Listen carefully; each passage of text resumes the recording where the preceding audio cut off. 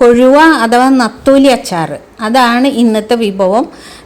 എല്ലാവരും ട്രൈ ചെയ്ത് നോക്കണം. ഭയങ്കര ടേസ്റ്റുള്ളതാണ്. മാത്രമല്ല ഇപ്പോൾ കൊഴുവ ധാരാളം കിട്ടുന്ന സമയമാണ്. നമുക്ക് പിന്നീടായാലും ഈ അച്ചാറിട്ട് വെച്ച് കഴിഞ്ഞാൽ അത് കൂട്ടാൻ പറ്റും. അപ്പോൾ ധാരാളം കൊഴുവയുള്ളത് നന്നാക്കാൻ ഒരു ഇച്ചിരി ബുദ്ധിമുട്ടുണ്ടെന്നുള്ളൂ. സാധനം നല്ല ടേസ്റ്റാണ്.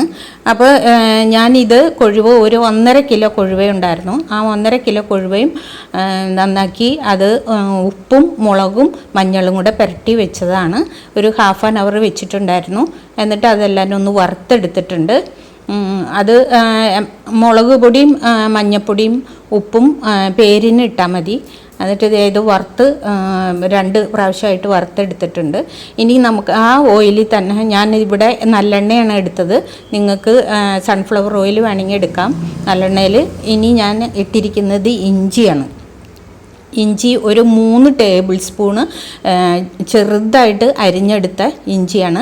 ഇഞ്ചി ഒരുവിധം ബ്രൗൺ ആയി കഴിയുമ്പോൾ നമുക്ക് വെളുത്തുള്ളി ആഡ് ചെയ്യാം. ഞാൻ 2ആയിട്ട് പിളർന്ന വെളുത്തുള്ളിയാണ് 2 കട്ട മുഴുവനും എടുത്തിട്ടുണ്ട്. അതൊന്ന് ജസ്റ്റ് വെളുത്തുള്ളി ബ്രൗൺ ആവേണ്ട ആവശ്യമില്ല, അതിൻ്റെ ജലാംശം ഒന്ന് മാറിയാൽ മതി. പിന്നെ നമുക്ക് മസാലകൾ ചേർക്കാം. 1 ടീസ്പൂൺ വീതം മുളക് പൊടി, ഉപ്പ്, കായപ്പൊടി, അതുപോലെ ഉലുവാപ്പൊടി, ഇത്രയും ചേർക്കുക. 1 ടേബിൾ സ്പൂണ് കാശ്മീരി മുളക് പൊടിയും ചേർക്കുക. എന്നിട്ട് ഇളക്കിയിട്ട് അതിൻ്റെ അകത്തേക്ക് നമുക്ക് വറുത്ത് വെച്ചിരിക്കുന്ന കൊഴുവ നല്ലപോലെ ചേർത്ത് നല്ലപോലെ ഒന്ന് മിക്സ് ചെയ്യുക. അപ്പോൾ നമ്മൾ ഫ്ലെയിം സിമ്മിൽ ഇട്ടിരിക്കണം.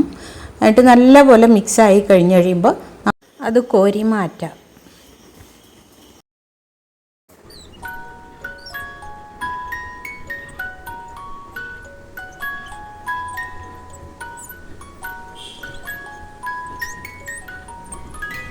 ഇനി ഇതിലേക്ക് ആ പാനിലേക്ക് ഒരു 3 ടേബിൾ സ്പൂണ് വിനീഗർ, അതായത് ചൊറുക്ക ഒഴിച്ച് അപ്പം തന്നെ ഫ്ലെയിം ഓഫ് ചെയ്യുക. നല്ലപോലെ ചൂടായിരിക്കുന്ന പാനായതുകൊണ്ട് തിളയ്ക്കും. അപ്പം തന്നെ പാൻ ഓഫ് ചെയ്യുക. എന്നിട്ട് നമ്മൾ വാങ്ങി വെച്ചിരിക്കുന്ന നമ്മുടെ അച്ചാർക്കൂട്ടിലേക്ക് ഒഴിക്കുക.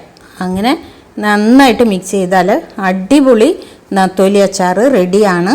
ഇനി നിങ്ങൾക്ക് ഗ്രേവി വേണമെങ്കിൽ തിളപ്പിച്ചാറ്റിയ വെള്ളം ഒരു 3 ടേബിൾ സ്പൂൺ ഒഴിച്ച് കഴിഞ്ഞാൽ നല്ല ഗ്രേവിയും കിട്ടും.